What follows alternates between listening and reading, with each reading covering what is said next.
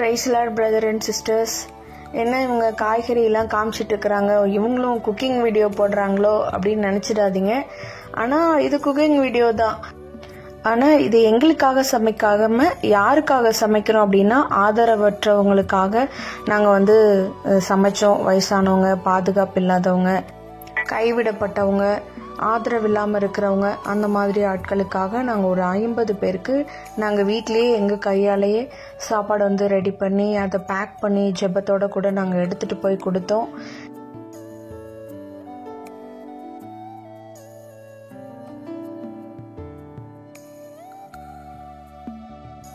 நான் வீட்டில் சமைச்சு உங்களுக்காக கொண்டு வந்துருக்கேன். சரி, ஓகேவா?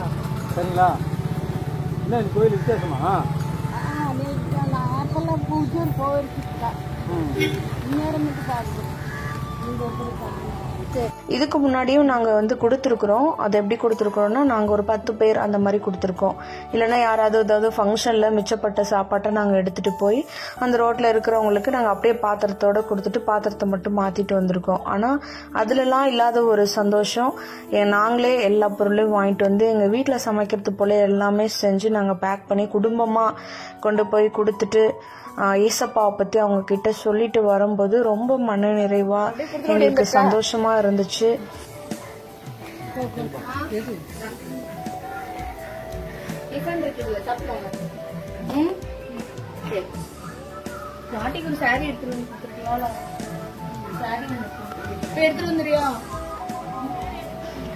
நாங்கள் நிறைய பேர் போயிருந்தோம். எங்களுக்கு நிறைய பேர் உதவி செய்திருந்தாங்க. அந்த காரியத்தில் நாங்கள் எல்லாரும் போய் அவங்கள விசாரித்து நாங்கள் இருக்கிறோம், நீங்கள் கவலைப்படாதீங்கன்னு சொல்லி நாங்கள் ஆண்டவருடைய அன்பை அவங்களுக்கு வெளிப்படுத்தி நாங்கள் சொல்லிட்டு வந்திருக்கோம்.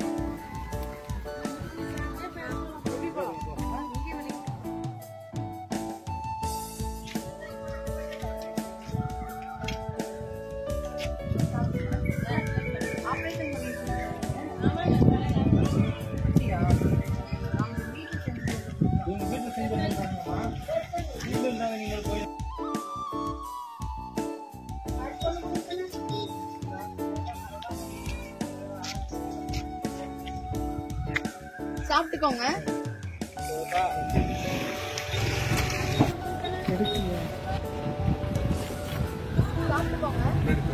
எப்படி இருக்கு சாப்பாடு? நல்லா இருக்கா சாப்பாடு? நல்லா இருக்குங்களா? நம்ம வீட்டில் செஞ்சது தான் எல்லாமே.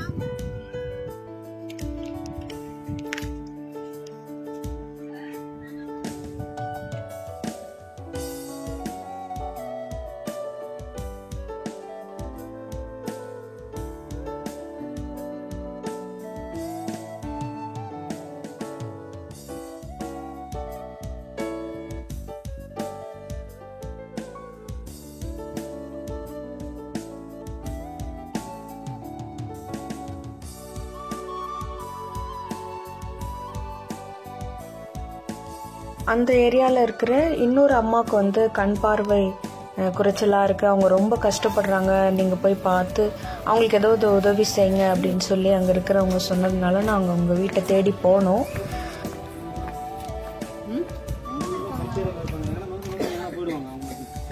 அப்புறம் பார்த்தா அவங்க அந்த வீட்டில் இல்லை அப்படின்னு சொல்லி சொன்னாங்க. அப்புறம் அவங்க அந்த வீட்டுக்கு பக்கத்து வீட்டில் தான் அவங்க அங்கே இருந்தாங்க. போகும்போது இந்த அம்மா தான் இவங்களுக்கு கண் பார்வை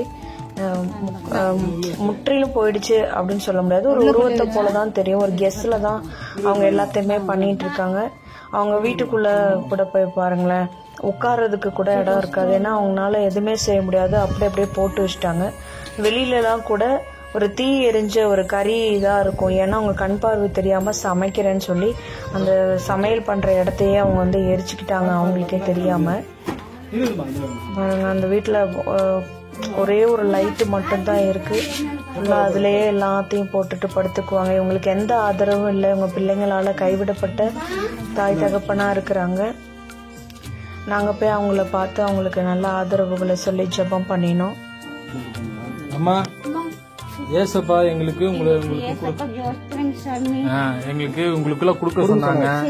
சரிங்களா? இனி எங்களால என்னெல்லாம் செய்ய முடியுதோ செய்யறோம் நாங்க. சரிங்களா? கவலைப்படாம இருங்க. கண்கள் திறக்கப்படும். நாங்க ஜெபம் பண்றோம். சரிங்களா? ஒரு நாள் உங்க வீட்டுல நாங்க ஜெபம் பண்றோம். சரிங்களா? கவலைப்படாம இருங்க. சரிங்கப்பா. ஏசப்பாவை பிடிச்சுக்கோங்க. நீங்க மனசார ஏசப்பாட்ட கேளுங்க. சரிங்களா? ஏசப்பா உங்களுக்கு எல்லா உதவியும் செய்வாரு. நான் எப்பவுமே ஏசப்பா தான் சிலவே மாட்டி வச்சிருக்கேன். சரி சரி. ராத்திரில கையில வச்சுக்குவேன். இந்த ஒரு ரூம்ல தான் இருக்கீங்களா நீங்க? நம்ம 2 பேர் தாங்க. சரி சரி சரிங்கம்மா. சரிங்கம்மா, எங்களால என்ன முடியுதோ நாங்க வந்து செய்யறோம் அப்பப்போ. சரி ஐயா, தண்ணி எல்லாம் அடிக்காதீங்க. சரிங்களா? தண்ணி அடிச்சா நமக்கு வந்து ரொம்ப பாதிக்கப்படும். ஏன்னா நான் அதுல இருந்து பாதிக்கப்பட்டு வெளியே வந்திருக்கிறேன். கடவுள் கொடுத்திருக்க நம்ம சரீரத்தை வந்து நம்ம வந்து கெடுக்க கூடாது. சரிங்களா? நல்லா உழைக்கிறீங்க. அதனால உங்களுக்கு உதவி செய்யறதுக்கு நாங்க கடவுள் அனுப்புறாரு, நாங்க வந்து செய்யறோம்.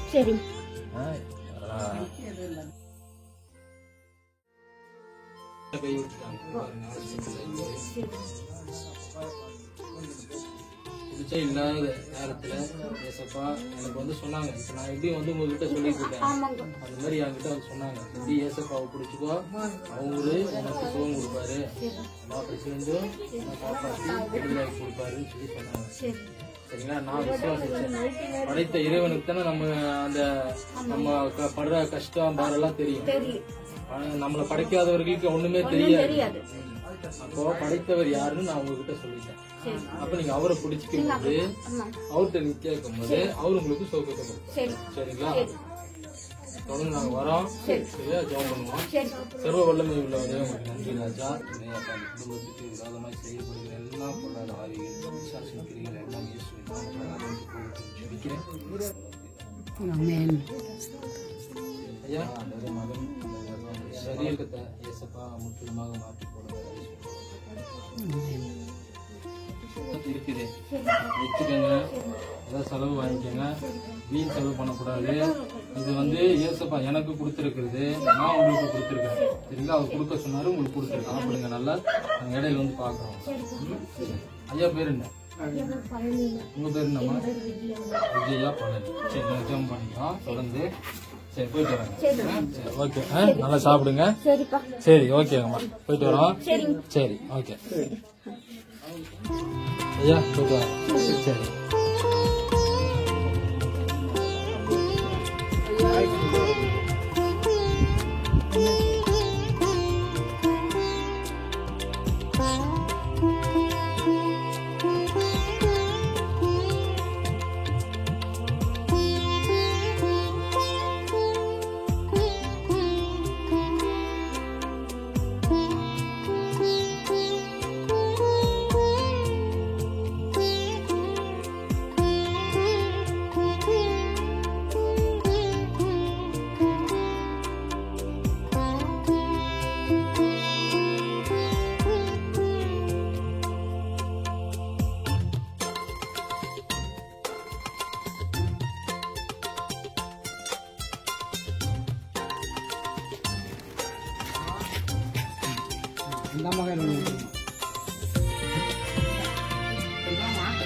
பாட்டிகிட்ட வாங்குற மாதிரி வாங்கி வச்சுட்டேன். அவனுக்கு கொடுக்குறேன்.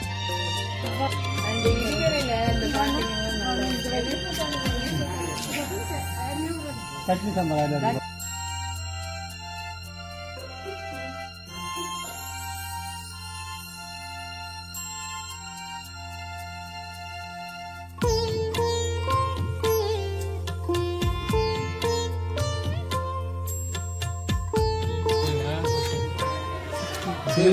தனிப்பட்ட முறையில் செஞ்சுட்டு இருந்தாங்க வீட்டுல இருந்து. ஓகே, நீங்க இப்ப கூட கேட்கலாம், ஓகே நீங்க உதவி செஞ்சதெல்லாம் கரெக்டு தான், ஆனா அது எதுக்கு வீடியோ எடுத்து போட்டு விளம்பரம் பண்றீங்க அப்படின்ற மாதிரி நீங்க நினைக்கலாம். இதை நாங்க விளம்பரத்துக்காக மாத்திரம் செய்யல, ஒரு அவேர்னஸ்க்காக தான் செய்யறோம். ஏன்னா இந்த ஏரியால 250 பேர் வந்து வயசானவங்க, பிள்ளைங்களால கைவிடப்பட்டவங்க யாருமே பார்க்காம இருக்கிறாங்க. அந்த 250 பேருக்கும் காலை உணவு இரவு உணவு இல்லாம பட்டினியா இருக்கிறாங்க. ஒரு ட்ரஸ்ட் மூலியமா இவங்களுக்கு லஞ்ச் மட்டும் கிடைக்குது. இவங்களால வேலைக்கு போய் சம்பாதிக்க முடியாது, யாருடைய ஆதரவும் இல்லாம பசியோடையும் பட்டினியோடையும் 2 நேரம் அவங்க இருக்கிறாங்க. அதை வந்து நாங்க கேள்விப்பட்டு தான் சரி நம்மளால முடிஞ்ச உதவியை அவங்களுக்கு செய்யலாம் அப்படின்னு சொல்லி நாங்க போனோம். இந்த பாட்டியை கூட பாருங்களேன், யாரெல்லாம் கஷ்டப்பட்டிருக்காங்க, தனிமையா இருக்கிறாங்க அப்படின்னு சொல்லி அவங்க எங்களுக்கு காமிச்சு கொடுத்தாங்க. சாப்பாடு வாங்க. இது பாக்குறதா இந்த பக்கம் வாங்க. பாப்பா வந்து நல்லா இருக்கீங்களா? கேளுமா. ஐயா நல்லா இருக்கீங்களா? உடம்பு சரியில்லையா? கொடுத்து சேர்த்து எடுக்கிறியாடா? சாப்பிடுங்க. டிஃபன் தான், இட்லி இருக்கு, சாப்பிடுங்க. ஏசப்பா உங்களை ரொம்ப நேசிக்கிறார். சரிங்களா? ஏசப்பா எனக்கு கொடுத்ததுக்கு நன்றின்னு சொல்லுங்க.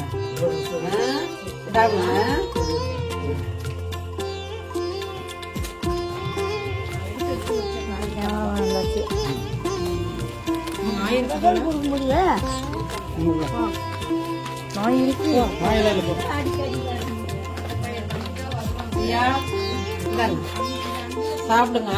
சரிங்களா? டிஃபன் தான், சாப்பிடுங்க. சாப்பாடு இல்ல, இட்லி இருக்கு, சாப்பிடுங்க. ஏசப்பா உங்களுக்கு கொடுக்க சொல்லி இருக்கிறாரு. சாப்பிடுங்க. ஏசப்பாவுக்கு நன்றி சொல்லுங்க. ஏசப்பாவுக்கு சொல்லுங்க. ஏசப்பாவுக்கு நன்றி.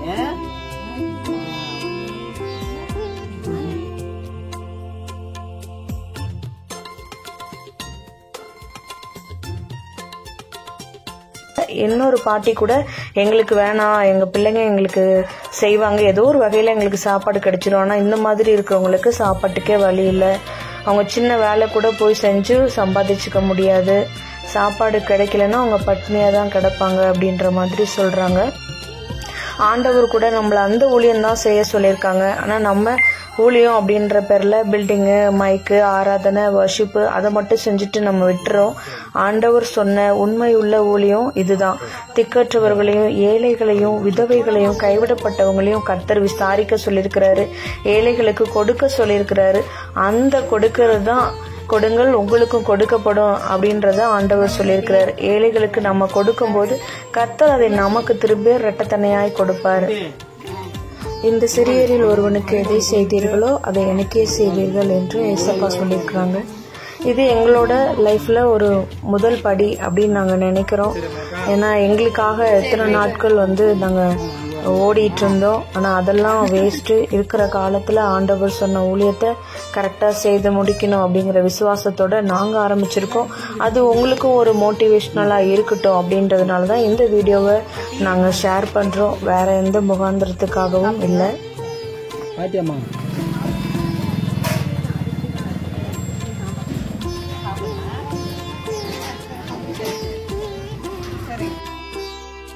இந்த வீடியோவை பார்த்து கொண்டிருக்கிற நீங்க கூட உங்களால முடிஞ்ச உதவிகளை ஏழைகளுக்காகவும் இந்த மாதிரி வயதான முதியோர்களுக்காகவும் நீங்க கண்டிப்பா செய்யுங்க. கர்த்தர் உங்களை ஆசீர்வதிப்பார்.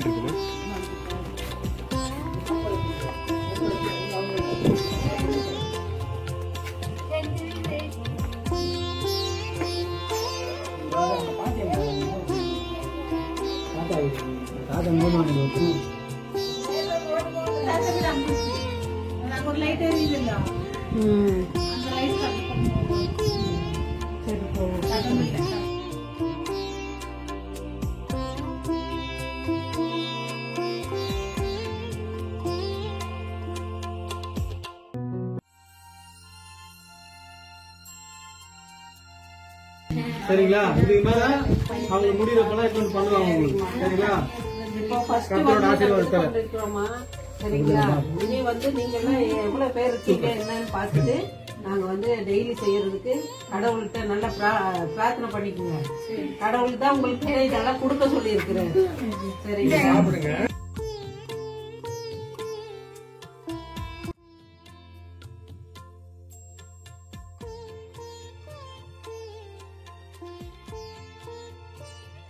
பேசினவங்க அத்தனை பேரும் நைட்ல சாப்பாடு இல்லை, பகல்ல சாப்பாடு இல்லை, மத்தியானத்துல மாத்திரம் தான் சாப்பாடு. சொல்லும் பொழுது தேவன் நம்மளை எவ்வளவு ஆசீர்வாதமாகவும் எவ்வளவு வேதனையாகவும் வைத்திருக்கிறார். இதை பார்க்கும் பொழுது ஆச்சரியம், அதுக்கு ஒரு சமாதானம். கர்த்தர் நல்லவர். நம்மளை தேர்ந்தெடுத்ததுக்காக நம்ம தான் தேவனுக்கு நன்றி சொல்லணும். நம்ம ஒரு பாக்கியசாலிகளா இருக்கோம். ஆமாம். அங்க போயிட்டு வரும் பொழுது இருதயத்துல ஒரு வேதனை. நினைச்சு பார்க்கும்போது நம்மளுடைய வாழ்க்கையில தேவன் ரொம்ப உயர்வாக இருக்கும் இல்லையா? ஆனா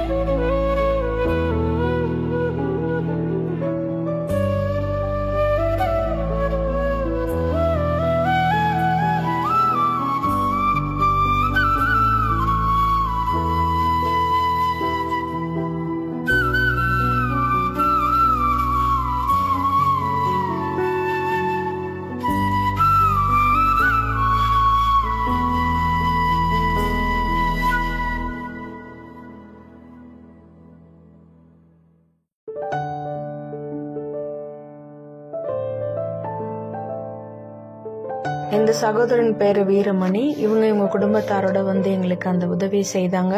யார் யார் எங்கெங்கெல்லாம் இருக்கிறாங்க அப்படின்னு அவங்களையெல்லாம் எங்களுக்கு அடையாளம் காமிச்சு கொடுத்தாங்க. நாங்கள் எல்லாருக்கும் ஃபுட்டை கொடுத்துட்டு ரொம்ப மனமகிழ்ச்சியாக சந்தோஷமாக நாங்கள் வந்து வீட்டுக்கு போனோம். கர்த்தர் இந்த ஊழியத்தை ஆசீர்வதித்தார். ஆமென்.